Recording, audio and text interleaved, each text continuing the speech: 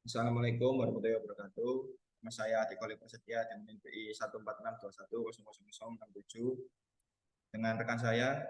Muhammad Rohman Yuli Nurha dengan NBI 14621100230. Ya, di sini kelompok kami akan menjelaskan tentang penugasan terstruktur 5-2 dengan deskripsi tugas. Tentukan dataset citra medis sesuai dengan ide topik pada penugasan terstruktur 1 dengan memaparkan 5 buah gambar dataset. Kemudian buatlah skrip yang terdiri dari langkah membaca input citra dan implementasikan dan jalankan fungsi pengolahan histogram di MATLAB sesuai yang diberikan dengan berbagai variasi parameter: histogram equalization, local assessment, histogram statistik dengan ketentuan E sama dengan 2, K0 sama dengan 0,4, K1 sama dengan 0,2, dan K2 sama dengan 0,4. Lakukan juga dengan variasi yang lain dan tampilkan hasilnya. Lalu lakukan analisa terhadap hasil pengolahan citra nomor 2 untuk semua citra input yang telah disiapkan. Dan tentukan metode apa yang paling sesuai dengan permasalahan citra input yang kita usung. Langsung saja ke program MATLAB-nya. Yang pertama ada is equation. Untuk fungsinya ini sesuai dengan PPT yang diberikan Pak Andre. Untuk menjalankannya kita membuat file selanjutnya untuk memanggil fungsi tersebut. Untuk memanggil fungsinya kita ketikkan histogram equation, kita menggunakan variabel H dan E. Kemudian kurung buka CN1, tutup kurung ini CN1 ini adalah yang ini tadi citra satunya dipanggil ke sini untuk menampilkannya. CN1 sampai CD3 ini adalah dataset gambar yang akan kita olah. Untuk RGB 2 gray-nya ini adalah yang dimaksud dari foto yang RGB diolah menjadi foto yang gray. Untuk memanggil atau membaca filenya kita menggunakan mread. Untuk datasetnya ini adalah nama folder di mana file yang disimpan di dalam dataset. Folder yang bernama dataset. Untuk filenya ini ya namanya normal min1.png sampai seterusnya. Kemudian kita jalankan.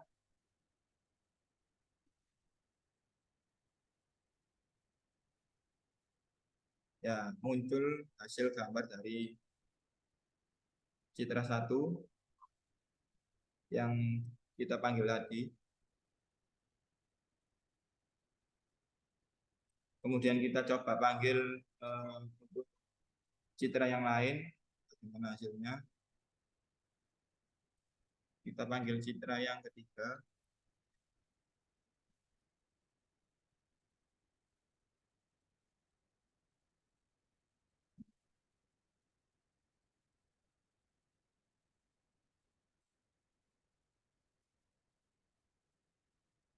Ya, untuk figur 1 adalah citra asli dan figur 2 adalah citra yang sudah diolah menggunakan fungsi tersebut. Terlihat perbedaannya. Yang figur 2 lebih cerah untuk daripada citra yang aslinya.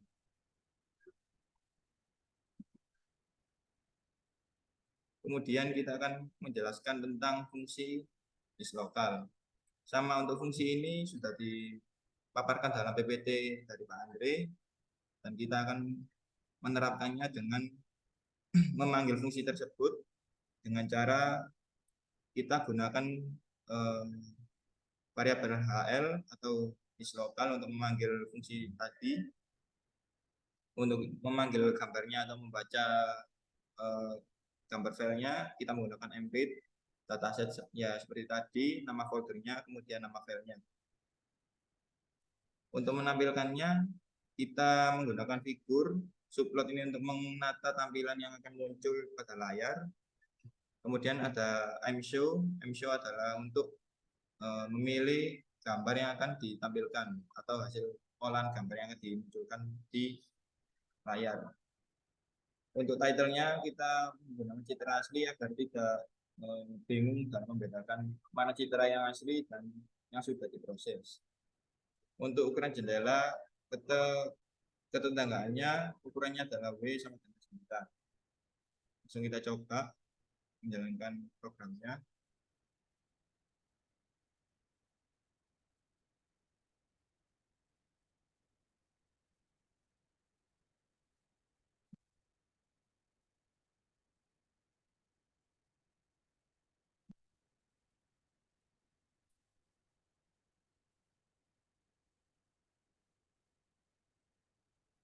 Ya, ini agak lemot.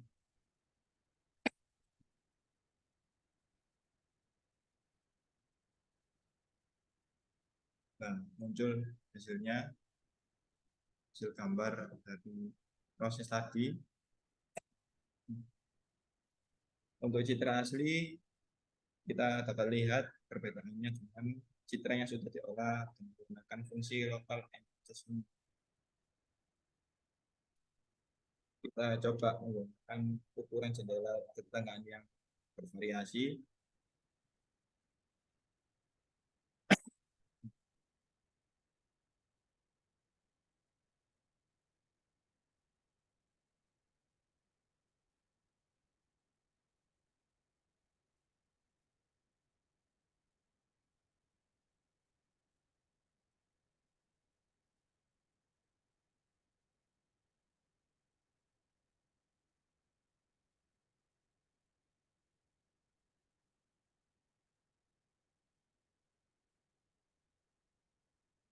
Ya, terlihat perbedaan jika nilai W-nya kita rubah dari 9 ke 3, maka hasilnya yang ditampilkan juga berbeda.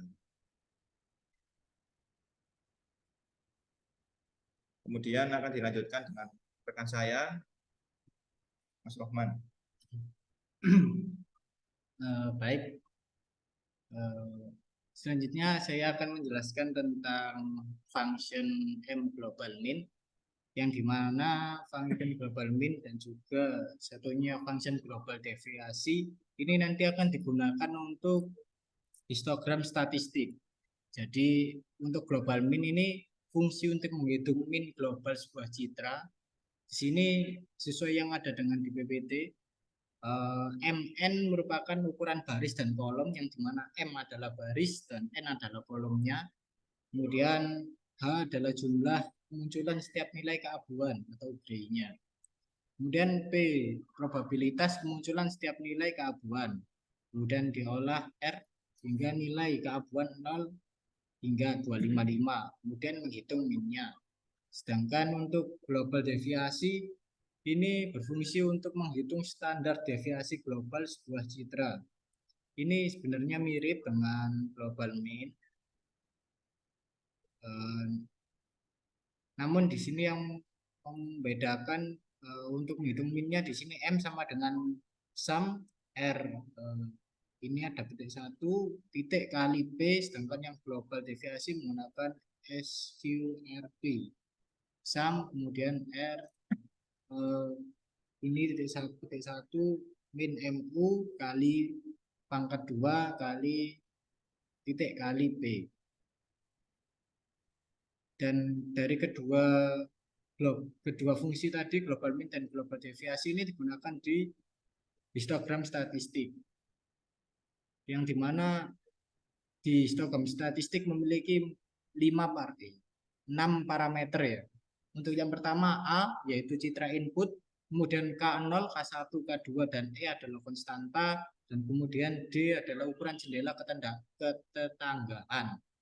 Nah, di sini kita memanggil untuk menghitung mean global dan juga menghitung standar deviasi global.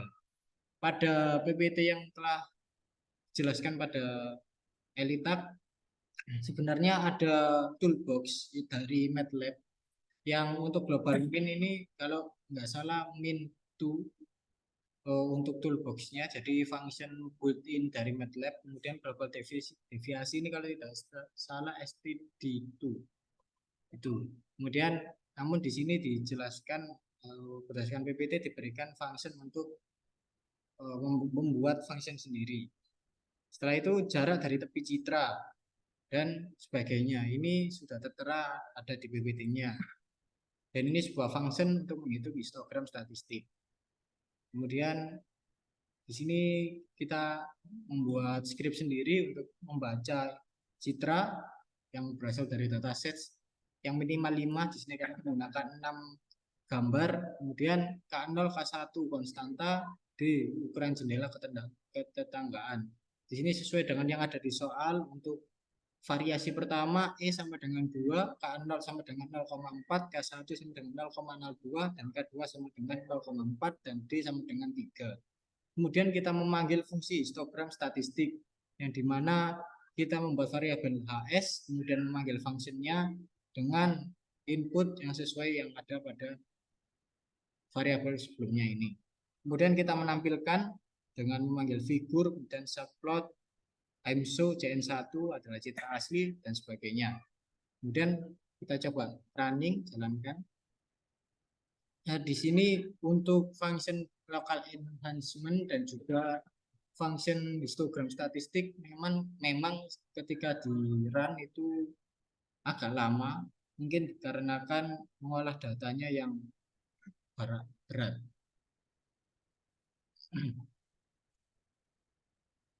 Sambil kita tunggu, kita baca lagi soalnya.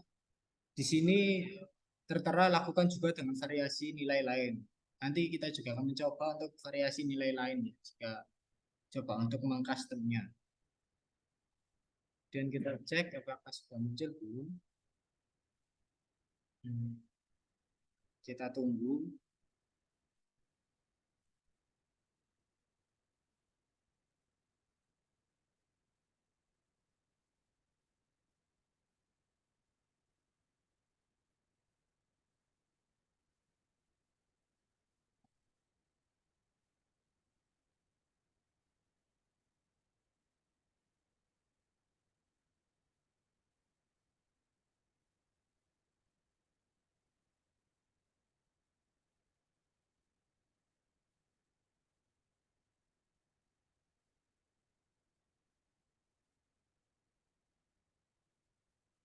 Sambil menunggu, akan saya jelaskan untuk soal yang ketiga saja. Oh, sudah muncul.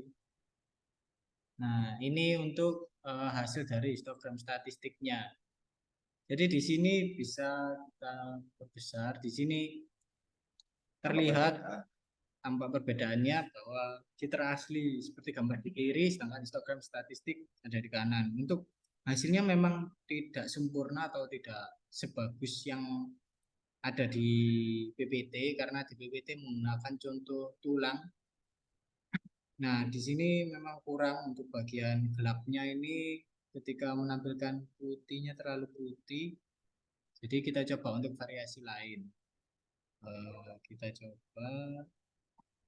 coba E-nya mengganti dengan 4 aja. Kemudian K0 dengan 0,6, 0,8, dan 0,2. D-nya 3 saja. Kita run. Nah, ini untuk runnya kan lama, jadi saya akan menjelaskan untuk soal yang ketiga. Lakukan analisa terhadap hasil pengolahan pada nomor 2 untuk semua citra input yang telah disiapkan. Metode apa yang paling sesuai dengan permasalahan dan citra input yang kalian gunakan? Jadi di sini kami telah membuat laporan. Untuk laporannya seperti ini. Kita langsung ke analisis, ya, pembahasan analisanya. Jadi setelah kami analisis, berikut penjelasan detail mengenai 3 metode yang telah kami coba. Untuk histogram equalization, kelebihan dari metode ini secara efektif meningkatkan kontras dalam citra dengan meratakan distribusi intensitas piksel. Kemudian untuk kekurangan histogram equalization cenderung meratakan seluruh citra yang mungkin tidak selalu diinginkan. Jadi kemungkinan semua kontras yang ada di citra itu ditingkatkan tanpa harus memilih bagian mana yang ditingkatkan dan bagian mana yang tidak. Kemudian untuk local enhancement atau adaptive histogram equalization, kelebihannya yaitu perbaikan dari histogram equalization, di mana citra dibagi menjadi beberapa subblok dan proses histogram equalization diterapkan pada setiap blok. Ini membantu menjaga kontras lokal dan menghindari over enhancement. Kemudian kekurangannya, penerapan local enhancement bisa lebih kompleks daripada histogram equalization dan mungkin memerlukan parameter tambahan. Dan bisa dilihat dari penjelasan kami tadi bahwa memang histogram equalization lebih mudah digunakan daripada untuk local enhancement. Kemudian untuk yang ketiga yaitu metode histogram statistik, yaitu memberikan kontrol lebih besar atas pengolahan histogram dengan menggunakan parameter seperti konstanta E, K0, K1, dan K2. Nah, ini sudah muncul, saya akan melanjutkan dulu. Kemudian untuk kekurangannya yaitu pengaturan parameter yang tepat mungkin memerlukan eksperimen. Jadi seperti yang telah kita coba barusan ini, untuk awal memang tidak bisa sempurna karena memerlukan penyesuaian pada setiap parameter. Jadi pilihan terbaik menurut kami dalam mendeteksi penyakit tuberkulosis menggunakan CT scan akan sangat bergantung pada kondisi citra. Jika kontras awal citra sangat rendah, histogram equalization atau local enhancement akan bermanfaat. Namun jika ingin memiliki lebih banyak kontrol atas pengolahan histogram, histogram statistik dapat menjadi pilihan yang baik. Kesimpulan dari kami, jadi menurut kami metode histogram yang terbaik untuk pengolahan citra penyakit tuberkulosis bergantung pada jenis citra dan tujuan akhir yang ingin dicapai. Seperti apa yang telah disampaikan oleh Pak Andre bahwa metode satu dengan yang lainnya itu